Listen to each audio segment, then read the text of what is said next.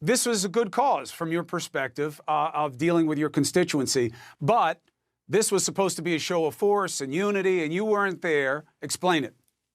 Yeah, I think we also had very real security concerns as well. As you mentioned earlier, we still don't yet feel safe around other members of How Congress. many are we? And I think a very considerable amount. A lot of members do not You feel really safe. In think fact, that just colleagues today. of yours in Congress may do you dirty? Yeah, well, one just tried to bring a gun on the floor of the House today. I believe it was Who says that in professional journalism? Do you dirty? Really, dude? Really? Representative Andy Harris of Maryland. He tried to bring in a gun onto the House floor. For individuals who don't know, guns are not allowed. But did he shoot anyone? No.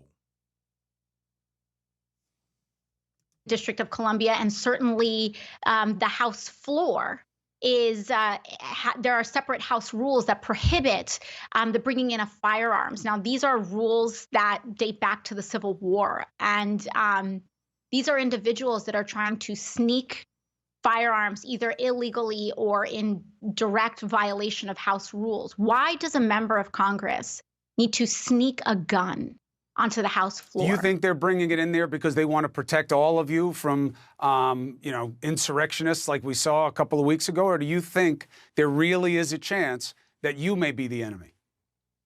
Well, here's what I'll say. The moment you bring a gun onto the House floor in violation of rules, you put everyone around you in danger. It is irresponsible, it is reckless, but beyond that, it is in violation of rules. You are openly disobeying the rules that we have established as a community, which means that you cannot be trusted to be held. The live timeline of text. Some Dems in Congress fear their colleagues could shoot them. Come on, people. Come on. Really? Accountable to what we've decided as a community. And so I don't really care what they say their intentions are. I care what the impact of their actions are. And the impact is to put all 435 members of Congress in danger. He tried to hand off his gun to another member who didn't have a license. And any responsible gun owner knows that you don't just hand off your gun to another individual. You have to clear it, etc. And that just goes to show, it doesn't matter what your intention is. If you are irresponsible, if you are trying to break rules, you're trying to sneak a firearm onto the floor of the House. I don't care if you accidentally set it off. I don't care if you intentionally set it off. I don't care if you don't set it off at all. You are endangering the lives of members of Congress. And it is absolutely outrageous that we even have to have this conversation. Well, you're going to keep having it because I think that there are going to be very dramatic lines drawn, and you're going to have the other side to contend with, but your own as well. Okay.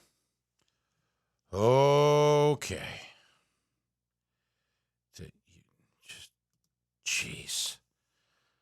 All right, first things first. She didn't attend the inauguration. That's what this whole video was actually about before.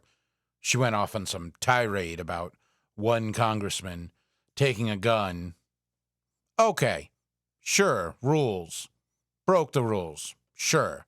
Did you die? No. Did anyone get shot? No. Does no one else in the entire Capitol or White House do no one else carry guns? I think a lot of people do. And some of those people may not agree with you, Miss Cortez. Are you scared they're going to shoot you?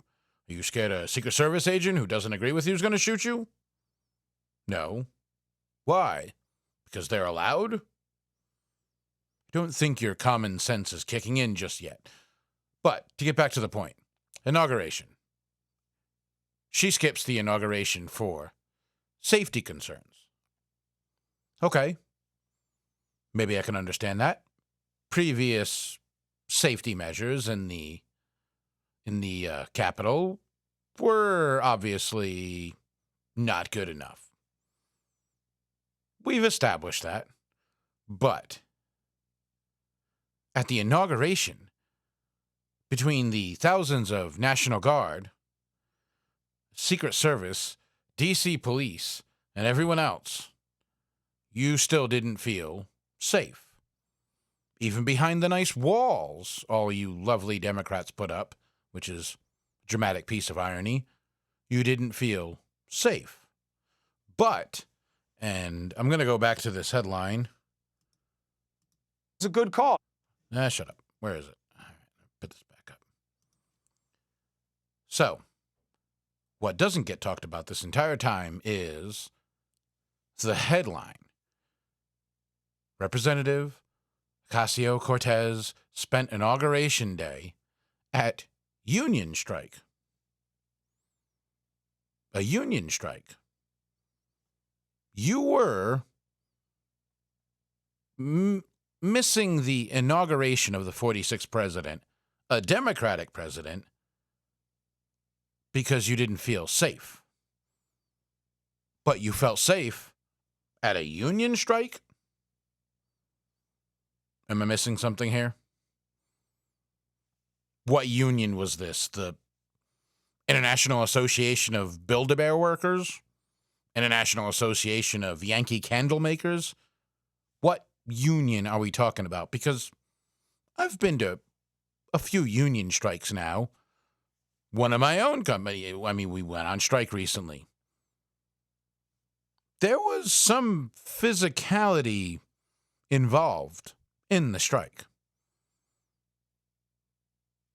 But you felt safer there than you did at the inauguration of Joe Biden, guarded by thousands of National Guardsmen, DC Police, Secret Service, a freaking wall, everything else.